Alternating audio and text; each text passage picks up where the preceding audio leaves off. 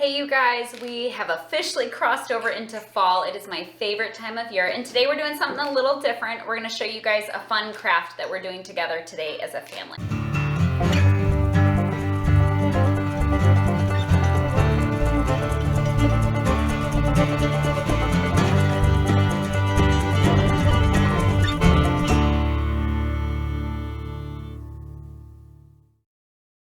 So every fall, every winter, and every spring, Grandma does a craft with you guys? Yeah. So Josh's mom likes to gather up all of the kids and do like fun different crafts that coincide with different times of year. And they just did this craft a few weeks ago, and it's so cute that I wanted to share it with you guys. And it's really simple. I know it's easy to come up with crafts that are like, construction paper and stuff that you're not going to hold on to. Well, this is a craft that you will hopefully hold on to, and you can use it every year. So it's a fun idea, and so we decided to share it with all of you. So first I'm going to tell you what we need. It's very simple, okay? So first you're going to need twine. This is a hanging craft. And Marie, why don't you go ahead and show? We have one example up already. I hope you guys can see it. So this is the walkway that leads between my dining room and my living room. And here we have the craft that the girls made with Grandma hanging up here. And I liked it so much that I want another one for that room. So we are gonna do the same thing there. So step one is to measure your space that you're gonna be filling. You can do this along a window, like behind the camera right now is a double window. You could hang it up there, you could hang it in your kitchen, on cabinets, walkways, you can put it wherever. So we measured those 3 windows because that's where I want to hang them up, hang this craft up, and so we cut our twine accordingly. Okay, so we have our twine. Then the next thing we need is this beautiful dried corn, the Indian corn. We were at the apple orchard the other day, and they had these for like $1 something, an ear of corn. So that's pretty cheap, and they're so pretty, so many different pretty colors. And so we needed 7 of those for the length that we're doing. If you're just doing a short space, like over one window, you might only need 3. But we used 7 on this long one, and we're gonna use 7 in my living room too. So we have the twine, we have the corn, and next you have to find the fabric. So up here, you see all of these are different types of plaid. So what you can do instead of spending a lot of money, going into a fabric store and buying fabric by the yard, that can add up very quickly. Julianne and I went into a thrift store the other day, and we bought this fabric for $1. This is a really pretty plaid. And we bought, okay, don't get mad at me, but we bought this shirt that was in the thrift store that was also a pretty plaid. We're like, you know what? Hey, we're still using it, and it's still recycling clothing, so it's not, it's not gonna go to waste in any way. Plus, you might in your own closet have clothing that has holes in it or stains on it. Go in and get that. Like the girls had been gifted a bunch of fabric. So I have this plaid, and then Tabitha, the one that Tabitha's cutting right now. And we're gonna take those 4 patterns and make our decoration, our craft. So that's how we did that. So it was very, very, very cheap. I mean, this is less than $10 to make this craft, easily. So, all right, so we have all of our materials. So the next step is exactly what Tabitha and Elise are doing.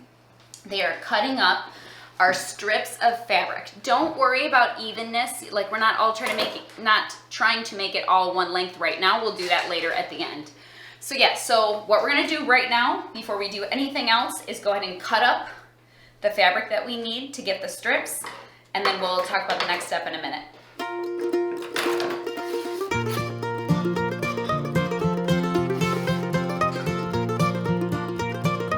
Okay, so we have separated the fabric into strips. Can you hold that spot for me? Into nice strips. And again, we're not worried about the length right now. We will adjust the length so that they match at the very end. But we have this pretty blue and white plaid, this pretty red and white, and these other 2 ones that we have that we're gonna just, intermix them and just, it doesn't have to be perfect, and that's the great thing about this craft. It's very rustic but simple and cute. So step 1, we found the center of our twine. Remember, we measured our space that we want to put this in, and I'm going to have Marie do the first one here. Pick whatever corn you want. Which one do you want in the center? Is the largest one. So this looks like the longest to me. Don't you think? Mama, this one's pretty long. I think this one wins the cake. Okay, so first thing, you're starting in the center of your decoration. Go ahead and tell me what we're... I'm just tying a knot around the corn, starting from the center, because then you can work either way from the center. Keep your so that it center. fits evenly, yeah. So you can find your center and keep your center. So that's all we did. I just tied a knot. We don't need to double knot it. You don't think the weight will probably keep it? We did it with that one. Okay, But so that's our center, and we work outward from there. Can we turn it this way since it kind of leans inward? Okay, so then, do we put all the corns on, or do we do the... the corn we did about first, and we did about every foot or so. And then after all the corn's tied on, we'll put this stuff. Okay, let's, so they're different colors, so we can mix it up and just make it look pretty in the order of the colors that you want, depending on what you get. And just try to match on both sides. Here, let's do this one and this one, because these are the same on either side. Yeah, the red one's next. This So does this look good, Marie, at this distance?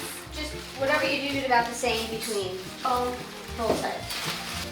Okay, hold on, Just baby. try to get more on that side.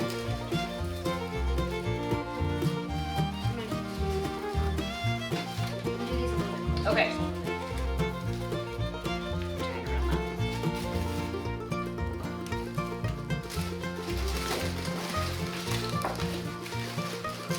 Okay.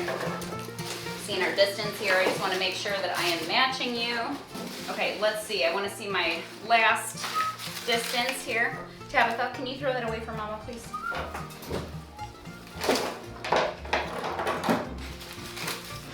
Okay.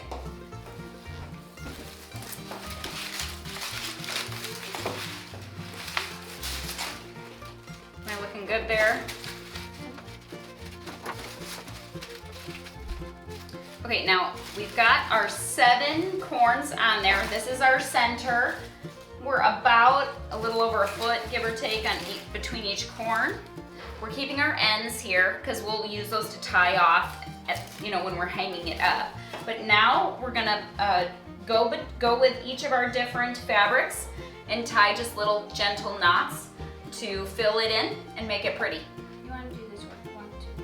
Sure. Starting. Yep. So once you help Tabitha do that one. I'll start down here. 1, 2, Right, here, tie a knot here, 3. She's got yours, babe. Yep, she's got yours. You can tie one here. So we're starting with red, Yeah, just how this Red is plaid. how it's laying out. and we're doing 4 between each one, right? We can do more if it looks too big of a space.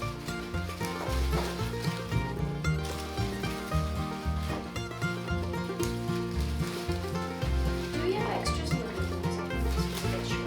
Yeah. Yeah, we have tons of extras. Mom has some extras.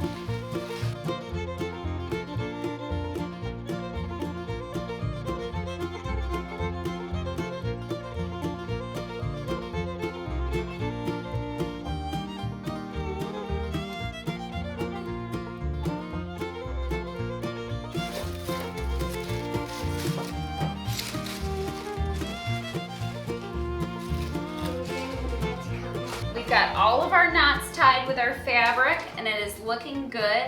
I am not going to adjust these until they're hanging up, so maybe now Daddy can help us hang it up. Okay, what side up? All right, so Daddy's gonna get this side up. We already have 4 trim nails, 1, 2, 3, 4, and we're gonna use those because we already have those there.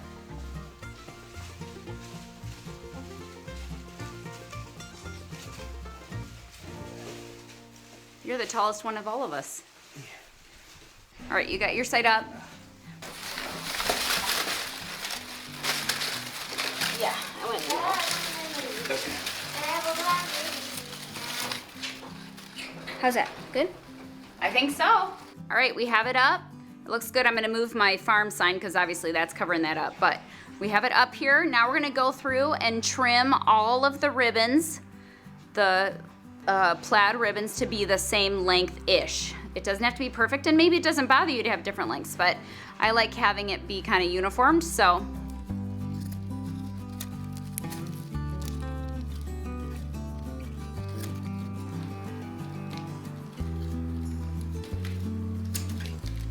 All right, you guys, that's it. It's so simple and so basic, but that's kind of how I decorate. I don't have a lot of decoration skills, so little simple things that have pops of color and are seasonal, that's the way that I like to decorate. So anyway, I hope this was helpful. I hope you guys try it at home and send me some pictures.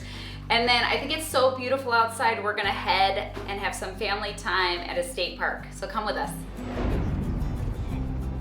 All right, it's a beautiful fall day. I think it's supposed to be a high of 70 today and sunny and gorgeous. So we decided to all hop in the car, pack a quick picnic, and head out to Matthiessen State Park.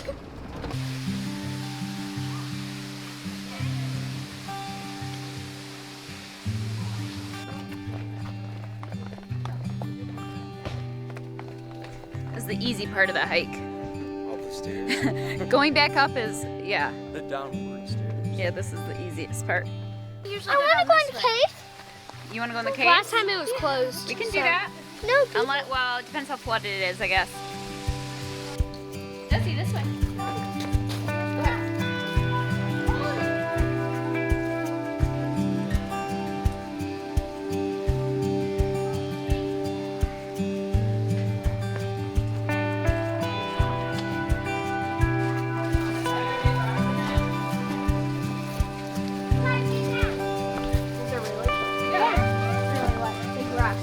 Jump that way.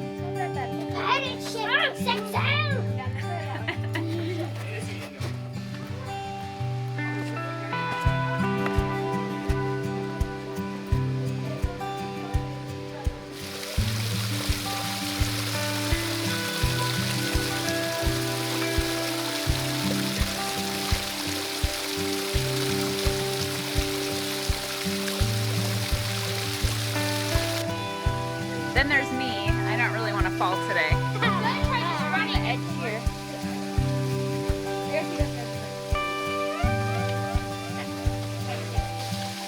Hold the camera for you. Yeah.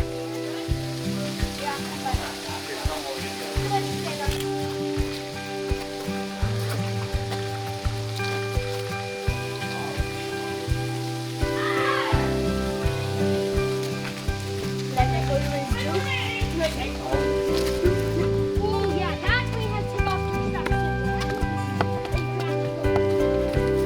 your stuff.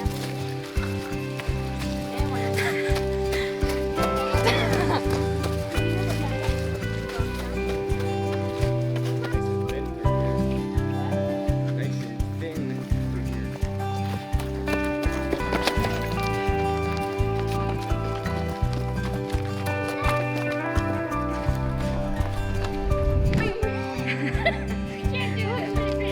You keeping that in its place, Will? Hold on. Yep, I think you're the one keeping it in place.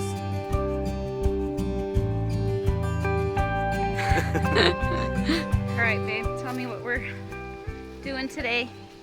We are hiking in Matthiessen State Park. Which is right down the road from, Starved Rock. most people are So, probably more familiar with In Starved the Rock. Illinois, I think it's actually off the Illinois River. Yeah, it is. So, And we've been bringing the kids here since they were itty bitty, little, all of yeah. them, in baby carriers. And this is the coolest spot because this is where all the caves are. caves and the We've big had bridge up rain, there. but not so much that it's like flooded where you can't get back here. Splash! It's dead! There's a frog! There's something! Let's go! Let's go!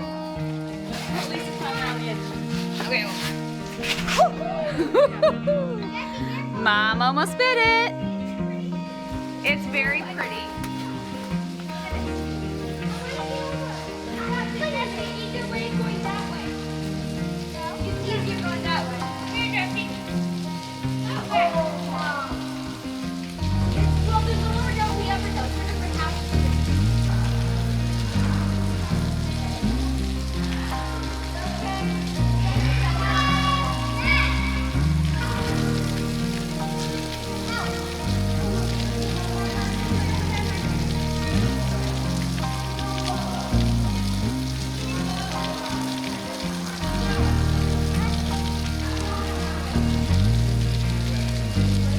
Somehow the smart ones are over here. Marie, you're not going for it today? Jesse just slid into the water. Oh man, always.